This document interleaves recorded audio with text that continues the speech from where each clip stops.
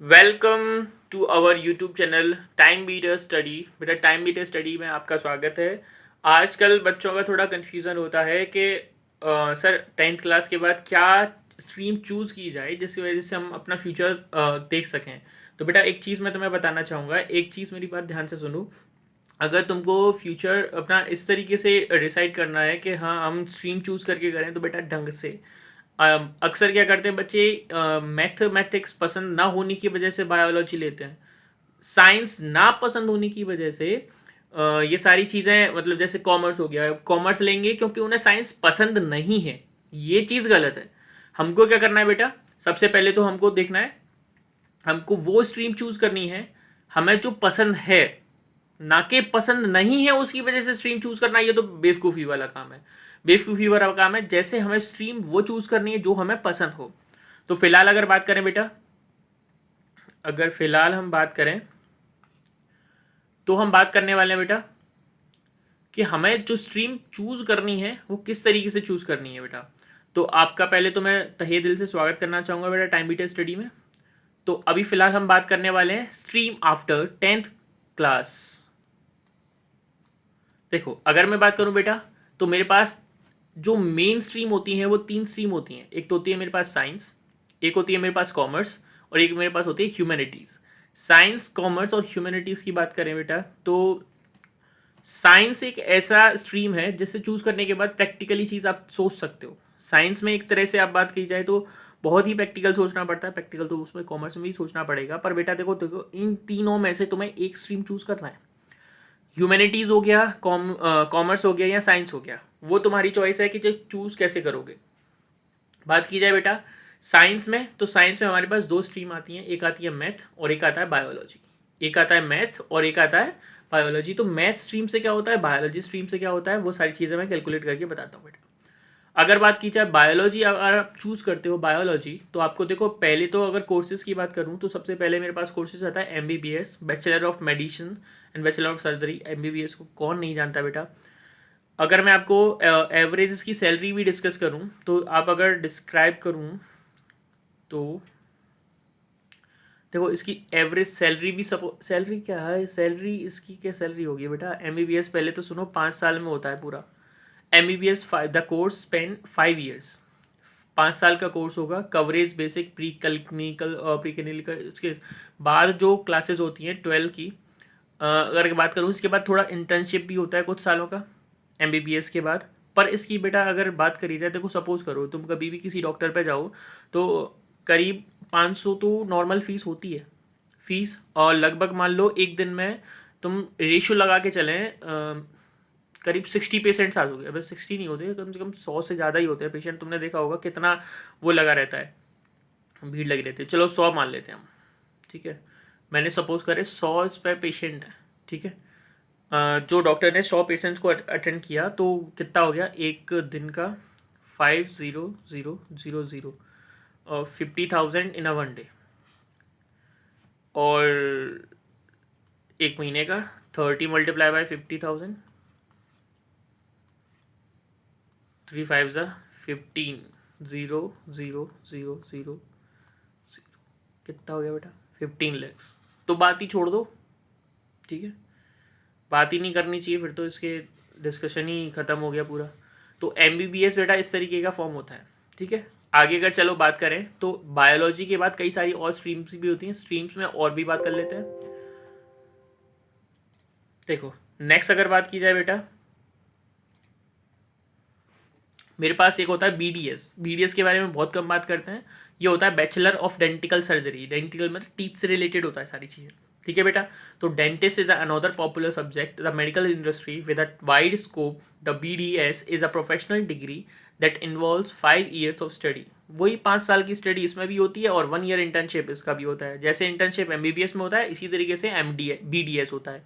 ये dental surgery मतलब एक ओनली टीथ के लिए होता है, पर MBBS में सारी स्ट्रीम मिलेंगी आपको, ठीक है।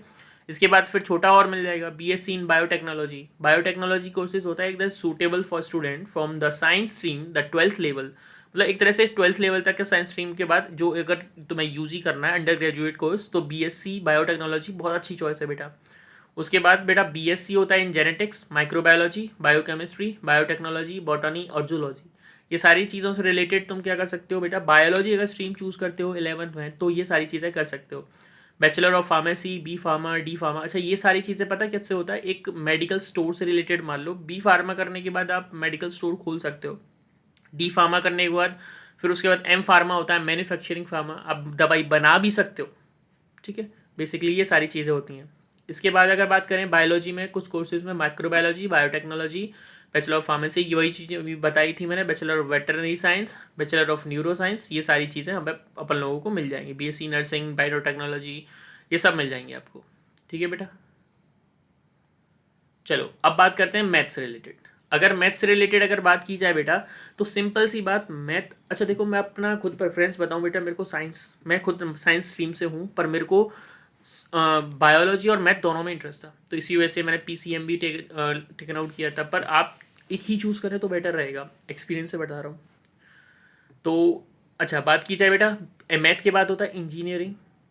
अब वो तो सबको पता ही है, एक फेमस चीज़ होती है आईआईटी, वही फॉर्म है ये, आई आई टी। आईआईटी बेटा एक एग्ज़ाम होता है इंडियन इंस्टीट्यूट ऑफ टेक्नोलॉजी की तरफ से, जिसे कौन कौन ही नहीं जानता होगा। मैथ के बाद आईआईटी करना होता है, इंजीनियरिंग। इसके बाद बीटेक, बी, आप कुछ भी चूज़ कर सकते हो बेटा, अपना चॉइस के अकॉर्डिंग है। ठीक है, और नेक्स्ट बात करें बेटा तो मेरे पास नेक्स्ट आता है इंटीग्रेटेड एमएससी। एमएससी मतलब मास्टर ऑफ साइंस, या फिर इससे बात कर सकते हो आप आर्किटेक्चर, आर्किटेक्चर भी अच्छे से कर सकते हो। चलो इसके बाद करें ये सारे कोर्सेज 5 ईयर्स के होते हैं बेटा। अगर आप मैथ स्ट्रीम चूज़ करते हो तो आपको ये कोर्सेज करने पड़ेंगे बेटा। ठीक है, वो बायोलॉजी वाले कोर्सेज थे। चलो नेक्स्ट बात करते हैं।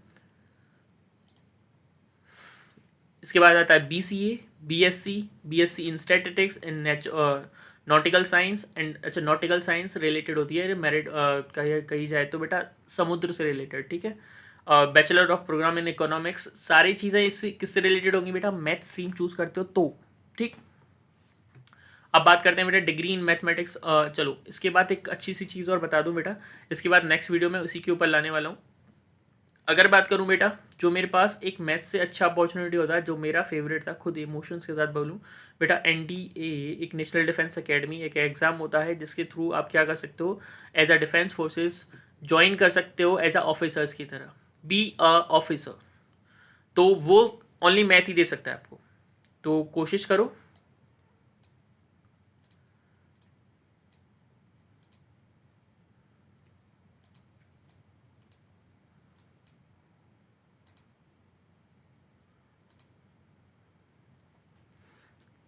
तो बेटा नेक्स्ट बात करते हैं।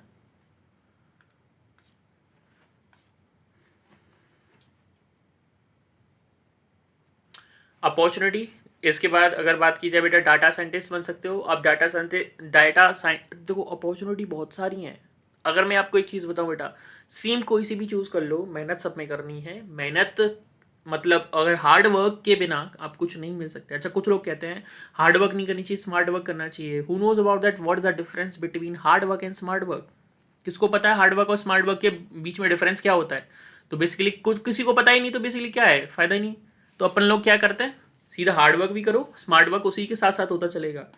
ठीक है, डाटा साइंसेस की बात करें बेटा, डाटा साइंस में क्या होता है, if passionate about the both math and technology, data science is an excellent field of explore. अगर बात की जाए बेटा post pandemic, over 11.5 million jobs are projected to be generated in this field 2026। मतलब इस फील्ड में आपको कम से कम 11.5 मिलियन से भी ज़्यादा क्या करेंगे बेटा, ये सारी चीज़ें मिल सकती हैं आपको, जॉब्स मिल सकती। अभी है चॉइस, अभी है मौका, तो करो। इसके बाद बी टेक वगैरह इससे होगा बेटा, 4 ईयर्स कोर्सेज होता है, 5 ईयर्स कोर्सेज होता है। फिर इसके बाद एमएससी।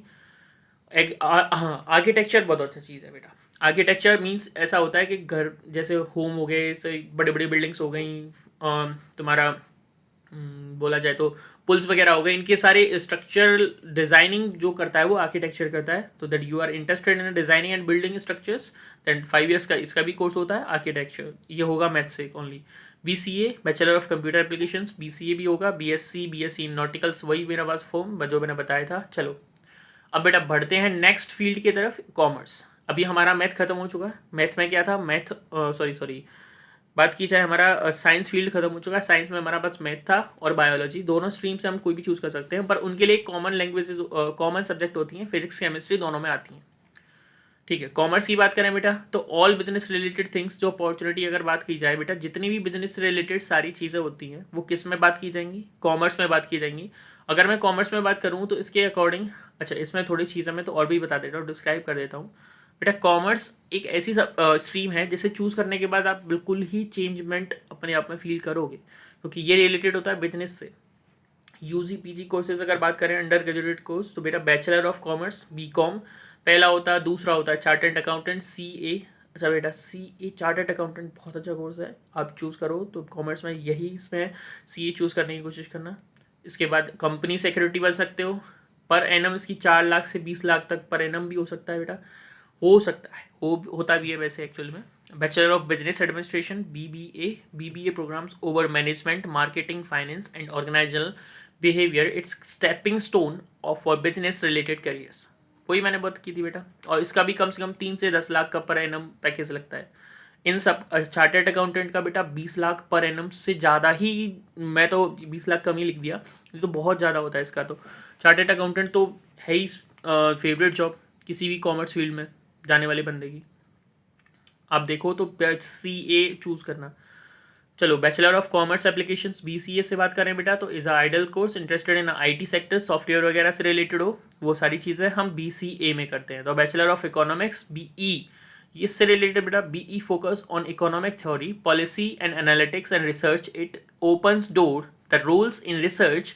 बात की जाए in consulting in government agencies. Bachelor of accounting, अच्छा नेक्स्ट होता है बैचलर ऑफ अकाउंटिंग BAF, ठीक है बेटा। इन्फेसाइज अकाउंटिंग, इस सारी रिलेटेड अगर बात करी जाए बेटा, तो अकाउंटिंग से रिलेटेड सारी सेक्टर्स हो जाते हैं। तो बेसिकली कॉमर्स फील्ड से भी बेस्ट मेरे पास अगर मैं बात करूँ तो CA सबसे बेस्ट रहता है, पर इसका एग्ज़ाम थोड़ा हार्ड होता है बेटा, अगर हम कर सकें तो करो। ठीक है बेटा, चलो नेक्स्ट वाले टॉपिक पे बढ़ते हैं। चलो नेक्स्ट में अगर बढ़ूँ तो मेरे पास टॉपिक आएगा BBI, bachelor of commerce and banking insurance. BBI covers banking insurance risk, जो बैंक से रिलेटेड होगा सारी चीज़ें, मैनेजमेंट एंड फाइनेंशियल सर्विसेज वगैरह जो होंगी, it purpose student for roles in this sectors. ठीक है, bachelor of commerce in financial work market BFM, एक ये भी चॉइस है बेटा। अगर आप 11th-12th में कॉमर्स लेते हो तो इसके बाद ये भी अच्छा एक तरह से चॉइस होता है। अगर मैं बात करूँ, इसमें भी फाइनेंशियल मार्केट की तरफ एक्सप्लोर किया जाता है। फाइनेंशियल से रिलेटेड जितनी भी चीज़ें, मतलब पैसे से रिलेटेड जितनी भी चीज़ें सारी कॉमर्स से रिलेटेड आनी है, तो आप करो बेटा, बेफिक्र हो के, क्या टेंशन है। तो बात करी जाए bachelor of business administration international businesses BBA and IB, ये बहुत अच्छा चॉइस है। अच्छा, ये ना हमें ह्यूमैनिटीज़ में भी देखने को मिलता है। और BBA IB forces global business operations trade and cross cultural management. Okay, we talk about next. Opportunities का क्या होती हैं, वो तो यूजी कोर्सेज हो गए थे, अंडर ग्रेजुएटेड कोर्स। पर अगर बात करें इसमें स्ट्रीम में, हमारा एक होता है अकाउंटेंट, वही मैंने CA जो बताया था, CA से रिलेटेड एक अकाउंटेंट अगर बात करें, as an accountant you will manage financial transactions, मतलब आप मैनेज करोगे। जैसे आपने देखा स्कूल में बैठे रहते हैं वो पैसे जो इकट्ठा करते हैं, that is called accountant. Accountant means ऐसी अकाउंट्स को मैनेज करने वाली चीज़ों को अकाउंटेंट बोलते हैं। अच्छा बेटा, इनका जो नॉर्मल अगर बात की जाए बेटा, 10 से 20 हज़ार 25 हज़ार रुपये महीने मिल जाते हैं हर एक अकाउंटेंट को एवरेज। एक कड़वा सच बता देता हूँ, इसके अलावा कोई भी सारी चीज़ें बताऊंगा नहीं। फाइनेंशियल एनालिस्ट एंड एडवाइज़र, देखो बेटा जितना हार्ड वर्क करोगे उतना अच्छा पे मिलेगा तुमको। ठीक है, financial analyst and adviser, in this role you will analyse financial data, forecast trends, manage and portfolios and provide investment advice. मतलब इन्वेस्टमेंट एडवाइस हम दूसरों को देते हैं कि हाँ इस चीज़ में एडवाइस करो, वो सॉरी इस चीज़ में इन्वेस्टमेंट करो, इस चीज़ में इन्वेस्टमेंट मत करो, हम एडवाइजरी एक तरह से बोलते हैं। तो फाइनेंशियल एनालिस्ट एंड एडवाइज़र आप बन सकते हो। इसका भी अच्छा मिल जाता है बेटा, 2 से 10 लाख पर एनम एक तरह से मिल जाता है आपको। इन्वेस्टमेंट बैंकिंग की अगर बात करी जाए एनालिस्ट की, तो if you are interested in bank finance and banking, that career involve financial modelling analyst. अच्छा, कौन कौन ही इंटरेस्टेड होगा वैसे इन्वेस्टमेंट बैंकिंग में, तो वो भी अच्छा है। चार्टर्ड अकाउंटेंट CA तो सबसे फेवरेट है ही, मैं बताऊँ आपको। CA handles financial analyst and इसका जो पर एनम जो होता है 20 लाख पर एनम से ज़्यादा ही होता है, जो मैंने लिखा है इससे थोड़ा ज़्यादा। चलो अब नेक्स्ट बात करें, कंपनी सेक्रेटरी CS बहुत बहुत बेस्ट है। इसका भी बहुत अच्छा पैकेज होता है, 4 से 20 लाख का पैकेज हो जाता है। CS is a professional focus administrative legal and corporative communications aspect skill and planning communication and legal awareness essential. The salary ranges from 4 lakh से लेके 20 लाख रुपये बेटा। ह्यूमन रिसोर्सेज की HR भी बन सकते हो यार। HR तो तुमने सुना ही होगा। HR is a professional manage the employ relations performs and HR सब चीज़ मैनेज करता है। कहने का मतलब है सारे एम्प्लॉयज़ को मैनेज करने का काम HR का होता है। तो HR की जॉब भी अच्छी है और ये 30 से 10 लाख रुपए पर एनम एक तरह से मिल जाता है। एक तरह से अच्छा पे आपको मिल जाएगा। किस में बेटा? HR की जॉब में। अगर आप चूज़ करते हो कॉमर्स फील्ड तो ऐसा कोई ज़रूरी नहीं है कि हाँ आपके पास कॉमर्स है तभी आप HR बन सकते हो। HR के लिए कुछ फील्ड अपनी स्किल भी होनी चाहिए। तो ये ज़्यादातर HR वाली जॉब लड़कियों को ही मिलती है। चलो नेक्स्ट बात करें। टैक्स ऑडिटर कंसल्टेंट भी बन सकते हो, इवेंट मैनेजर भी बन सकते हो, कई सारी चीज़ होती हैं। अपॉर्चुनिटीज़ में BBA भी हो गया, company secretary, bachelor of commerce, cost of management accountant, bachelor of economics, BCom and computer applications, internship, सारी चीज़ें हो गई। अब बात करते हैं बेटा ह्यूमैनिटीज़, जो ज़्यादातर बच्चे बहुत कम लेते हैं। अब चल रेशियो ह्यूमैनिटीज़, मतलब ह्यूमैनिटीज़ कोई ज़्यादा बड़ा चीज़ नहीं है। इसे एक तरह से दूसरी भाषा में या फिर लैंग्वेज, हमारी लैंग्वेज में बोला जाए तो आर्ट्स बोलते हैं। इसे आर्ट बोला जाता है। तो ज़्यादा घबराओ मत, ह्यूमैनिटीज़ कोई अलग से चीज़ नहीं है। ह्यूमैनिटीज़ आर्ट्स साइड जिसे बोला जाता है अपने साइड में वही है। ठीक है बेटा। तो ह्यूमैनिटीज़ में अगर बात की जाए, ह्यूमैनिटीज़ की जो सब्जेक्ट होती हैं वो बहुत ही इंटरेस्टेड होती हैं। मैं सच बता रहा हूँ, कई लोगों को बोरिंग लगती हैं। जैसे हिस्ट्री हो गया, पॉलिटिक्स हो गया, ये बोरिंग सब्जेक्ट लगता है, पर इनसे हम सीख सकते हैं। हिस्ट्री में जो चीज़ें हुई हैं वो हम आगे चल के ना करें, वो सारी चीज़ें हम इससे सीख सकते हैं। तो why we fall and why we afraid from these subject? Because these subject are good subject। in class 11th में जो बात करें, psychology, sociology, philosophy, music, human rights, informative practices, सोचो इतनी सारी तो हमारे पास कोर्सेज हैं, सब्जेक्ट्स हैं। पब्लिक एडमिनिस्ट्रेटिव, हिस्ट्री एंड मेरा favourite economics, geography, political science, English, ये सारे 3-4 चीज़ें तो मेन होती हैं। हर एक स्कूल में आपको अवेलेबल हो जाएंगी, आप बेफिक्र होकर ले सकते हो। इसके साथ फाइन आर्ट्स भी एक एडिशनल सब्जेक्ट भी आप ले सकते हो। चलो अपॉर्चुनिटीज़ में बात की जाए बेटा, इंटरनेशनल रिलेशन स्पेशलिस्ट, ये सबसे बेस्ट जॉब होती है किसी भी आर्ट्स से रिलेटेड कोई भी चीज़ हो तो। अच्छा वो अलग बात है, गवर्नमेंट जॉब्स के बारे में डिस्कशन नहीं किया, वो नेक्स्ट वीडियो में हम डिस्कशन करेंगे गवर्नमेंट जॉब के बारे में। जैसे आप कौन सी स्ट्रीम चूज़ करते हो, आपके बाद कौन सा गवर्नमेंट जॉब का ऑप्शन ज़्यादा रहता है, कौन सा गवर्नमेंट जॉब का ऑप्शन नहीं रहता। पर इससे नेक्स्ट वीडियो हम सोचेंगे तो NDA की ही डालेंगे, उसमें रिलेटेड सारी चीज़ें, आपको क्या क्या करना पड़ता है, क्या क्या नहीं करना, क्या क्या आपको पढ़ना है, वो सारी चीज़ें रिलेटेड। चलो इंटरनेशनल रिलेशन स्पेशलिस्ट, ये तो हो गया IRS मतलब। अच्छा आपको IAS IRS ये सारी चीज़ें रिलेटेड समझो ना। एजुकेशन रिक्वायरमेंट इसके लिए होती है बेटा, graduation in field such a political science, history, geography, economics, sociology बेटा, liberal arts and international relations, followed by post graduation. बेटा इसका तो बात की जाए, जो सैलरी यहाँ 50,000 से 1 लाख पर मंथ की तरह से डिपेंडिंग द जॉब प्रोफाइल मैंने लिखी है, पर इससे आपको बेस्ट ही पे मिलेगा। क्योंकि एक IRS और एक IPS और एक IAS, ये 3 ड्रीम जॉब होती हैं किसी भी ह्यूमैनिटीज़ लेने वाले एक तरह से स्ट्रीम वाले के। 3 एक ये ड्रीम जॉब होती हैं, IRS, IPS, IAS। तो तीनों में आपको तो पे स्केल तो देखना ही नहीं है पहले तो, क्योंकि पे स्केल देखा जाता है एक ऐसी जॉब में जहाँ थोड़ा रिस्पेक्ट कम हो। तो यहाँ तो रिस्पेक्ट की तो बात ही छोड़ो, यहाँ तो अलग ही सिस्टम है। ठीक है। तो साइकोलॉजिस्ट बात की जाए बेटा, तो एक साइकोलॉजिस्ट होता है, bachelor degree followed by and master degree in a desired specialisation. Salary होती है इसमें वेरियस टिपिकल्स बिटवीन 20,000 से 2,50,000 पर month depending on the job profile. एक लॉयर का हो गया बेटा, lawyer education requirement complete a 5 year in integrated program and 3 year LLB program. ये लॉयर वाला सिस्टम। इसी अच्छा लॉयर यही बेस्ट है, बेस्ट तो सारी चीज़ें। चलो तो बेटा आज हमारा डिस्कशन हुआ ये सारी चीज़ों पे। तो हम नेक्स्ट डिस्कशन अभी फ़ॉरन, अच्छा 3 चीज़ और बची हैं तो सुन लो। अभी फिर मैं अगर बात करूँ बेटा, फॉरेन लैंग्वेज एक्सपर्ट बन सकते हो, सोशल वर्कर बन सकते हो, मास कम्युनिकेशन प्रोफेशनल बन सकते हो। अपॉर्चुनिटी ढेर सारी है बेटा, स्ट्रीम कोई सी भी चूज़ कर लो, मेहनत करोगे अच्छी अपॉर्चुनिटी में अच्छा बेटरमेंट मिलेगा, तो मैं अच्छा प्लेसमेंट मिलेगा। और अगर मेहनत कम करते हो तो बेटा वही है, वो तो फिर वही मिलना है। जर्नलिज्म में teacher, law, social worker, humanities से भी काफ़ी सारे ऑप्शंस आपको मिल जाते हैं। तो कहने का मतलब बेटा ये है कि हमें टोटली, अगर मैं टोटल अगर इसका बताऊं तो हमें मेहनत ही करनी है किसी भी चीज़ को, स्ट्रीम को चूज़ करने से पहले। फिर भी मैं आपको बता दूं, तुम्हारे पास 3 स्ट्रीम हो गई, ठीक है बेटा, science stream, commerce stream and humanities. Humanities को हम क्या बोल सकते हैं, आर्ट साइड बोल सकते हैं। तो बेसिकली हमें इन 12th में हमें इन चीज तीनों, अच्छा गलती से भी ये मत चूज कर लेना बेटा कि हमको वो पसंद नहीं है तो वो ले लेते हैं, ये सबसे बड़ी गलती है। हमको वो पसंद है तो वो लेना है, ठीक है। ये नहीं करना कि ये पसंद नहीं है तो वो ले लेते हैं, हमको वो पसंद है तो वो चाहिए, ठीक है। तो मिलते हैं बेटा नेक्स्ट वीडियो में, आज के लिए इतना ही, फिर मिलते हैं नेक्स्ट वीडियो में। तब तक के लिए सबको Radhe Krishna all of you बेटा। अच्छे से स्ट्रीम चूज करो, अच्छे से सब काम करो। राधे कृष्णा।